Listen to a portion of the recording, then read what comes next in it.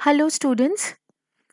Again, we are starting our discussion today with the same chapter, that is body movements.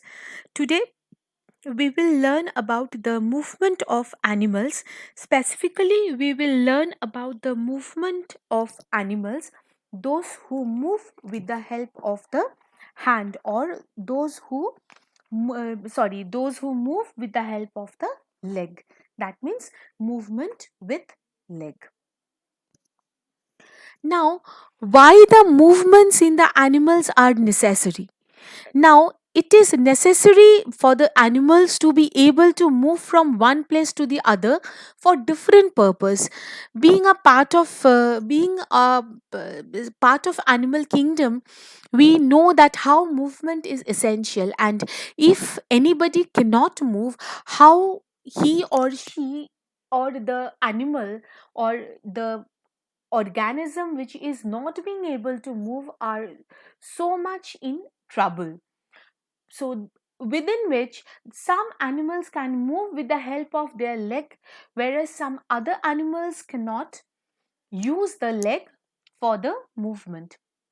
So today we will learn about the movements of animals which are with the leg.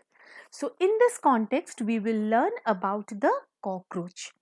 So the cockroach definitely comes under arthropoda, which is an insect obviously, and it is covered with the hard and tough outer covering.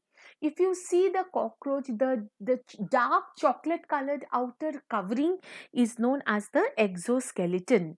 The skeleton of the cockroach, why it is called exoskeleton? Because it is exo means outside. So it is outside the body, that is why it is called as the exoskeleton. The exoskeleton, what is the function? It provides great protection to the internal organs and also site for attachment of the muscles. So the outer skeleton of cockroach is made up of different units which are joined together, and these allow movement. Now the cockroach can also move on the ground in maximum time, but as they can also fly in the air. A cockroach has basically six legs. If you see it very wisely, you can find three legs on each side of the body. The cockroach moves or walks on the ground by using the leg, that is having a no problem. These legs of the cockroach are consists of stiff hollow tubes joined together. The legs of cockroach can be moved easily by the muscles. So there are strong muscles attached with the legs of the cockroach which helps them to move. The legs of the cockroach can also be moved easily by, so we can say it is by the muscle, and the muscle which moves the leg of the cockroach are attached to the exoskeleton, and the flexor muscle bend the legs, whereas the extensor muscle straighten the legs. So flexor muscle it bends and the extensor muscle flattens. Now cockroach has two pairs of wings which are attached to its breast by the flight muscles. Now the cockroach flies in air by moving its wings up and down rapidly. That means they push on air downward and backward. So the downward push lifts up the cockroach up into the air, and the backward push on the air makes it move forward. So, two. One is the downward push on air lifts the cockroach up into the air, and the backward push on air makes it move forward. After making the downstroke of the wings, the cockroach raises its wing up again and then makes another downstroke. So it keeps the cockroach in a flying state. Next, we will learn about the movement of bird. Now, there are some birds like generally the what we can see around sparrow, crow, pigeon, parrot. These can only walk on the ground as well as fly in the air. All, but there are some birds like the duck, the swan. These are also can swim. So birds they walk on the ground by using their hind limbs. Why hind limb? Because the front one has modified into wings. And those birds which swim in water do so by pushing against the water with their hind limbs, which have webbed feet. So the webbed feet help the bird in swimming in water. Okay. So the birds can fly because their bodies are adapted for this purpose. Main movement of the bird is flying. So why this flying? Because their entire body is adapted for the flight. So what are the adaptation? Like I had already said that their webbed feet help some birds to swim in the water. Similarly, in order to fly, they have certain special adaptive features. That is, the forelimb are modified to the wings. Next, the flight feathers, they provide a large flat surface which is light but strong.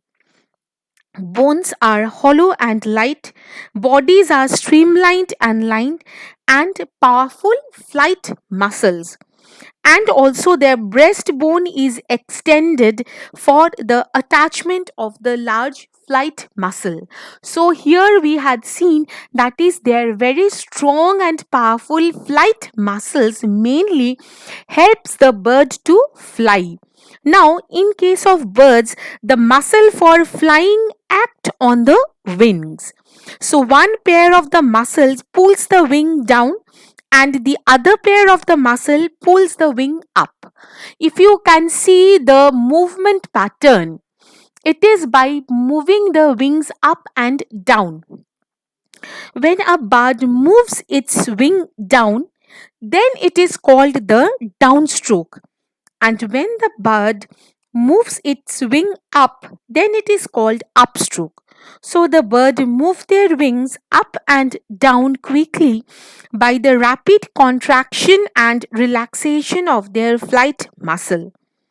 Now, we will now describe actually how the bird flies.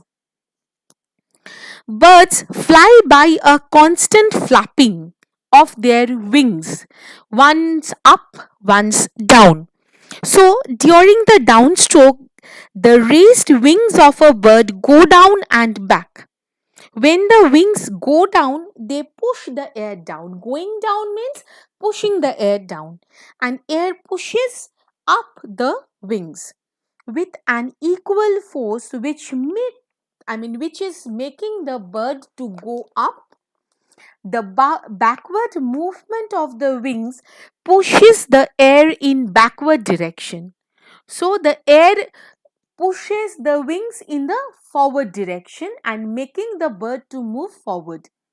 That means the downward movement or the downstroke of the wings can cause the air to push up, as a result of which bird can come up, and the backward movement of the wings pushes the air in the backward direction, and air pushes the wings in the forward direction and makes the bird to move forward. Thus, during the downstroke, the air is pushed downward and backward. The equal and opposite reaction force of air pushes the bird up and forward, and that is the way it makes the bird to fly. After making the downstroke, the wings must go back to their starting position. Now, during the upstroke, the bird brings its wings from the lower position to upper position so that it may repeat the downstroke again to keep flying, because the movement has to be continuous, it has to fly continuously. So this is making to make the move continuously. So, by today's discussion, we had learned how the cockroach as well as the bird can make the move, because we had studied these two examples which shows that animals can move with the help of the leg. In the next class, we will discuss about the movement that happens without leg.